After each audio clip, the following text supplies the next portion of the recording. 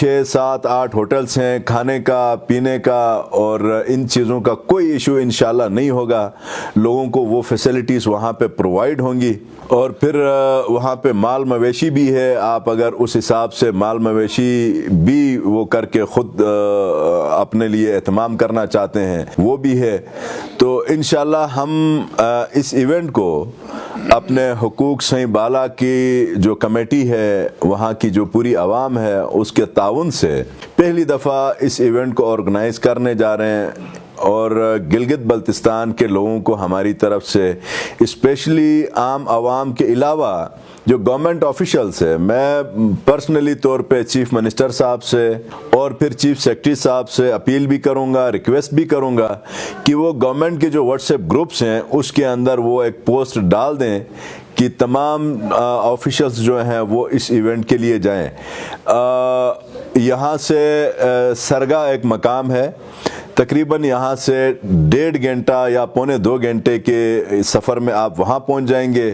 وہاں پہ ہماری اپنی کمیونٹی نے گھوڑوں کا بندوبست کیا ہوا ہے, خچروں کا اور گدھوں کا بھی بندوبست کیا ہوا ہے. جو پیدل نہیں جا سکتا, پیدل پھر آپ کو 2 گھنٹہ واکنگ ڈسٹینس پہ واکنگ ٹریک ہے. اگر بندہ کوئی واک کر کے نہیں جانا چاہتا, وہ گھوڑے میں بیٹھ کے جانا چاہتا ہے, سواری کر کے جانا چاہتا ہے, اس کی سہولت بھی وہاں پہ موجود ہے.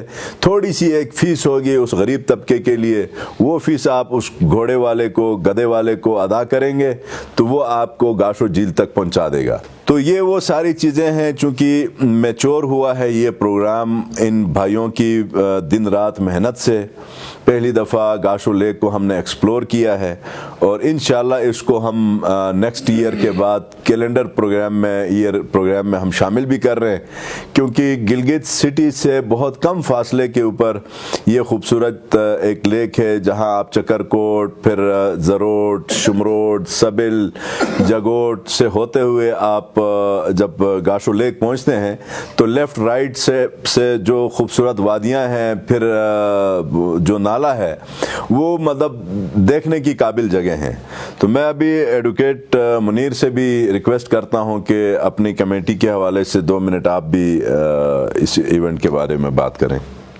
شکریہ منسٹر صاحب. بسم اللہ الرحمن الرحیم. میں بحیثیت تحفظ حقوق کمیٹی کے ممبر ہونے کے ناطے اپنی طرف سے اور اپنی پوری کمیٹی تحفظ حقوق کمیٹی کی طرف سے اور سائیں بالا کے عوام کی طرف سے اپنے تمام مہمانوں کو گاشو جھیل کے اندر جو پروگرام کا انعقاد کیا جا رہا ہے اس پہ ویلکم کرتا ہوں. اور ساتھ ساتھ میری گزارش یہ ہے کہ جو بھی ہمارے مہمان وہاں پر آئیں گے ان کو ہم تہ دل سے ان کی شکریہ ادا کرتے ہیں. اور ساتھ ساتھ جو ہمارے حکومت وقت کے فوکل پرسن منسٹر صاحب ہیں, پتولہ صاحب, ان کی ایک خواہش اور محنت سے یہ پروگرام جو ہے وہ اس کا انعقاد کیا جا رہا ہے.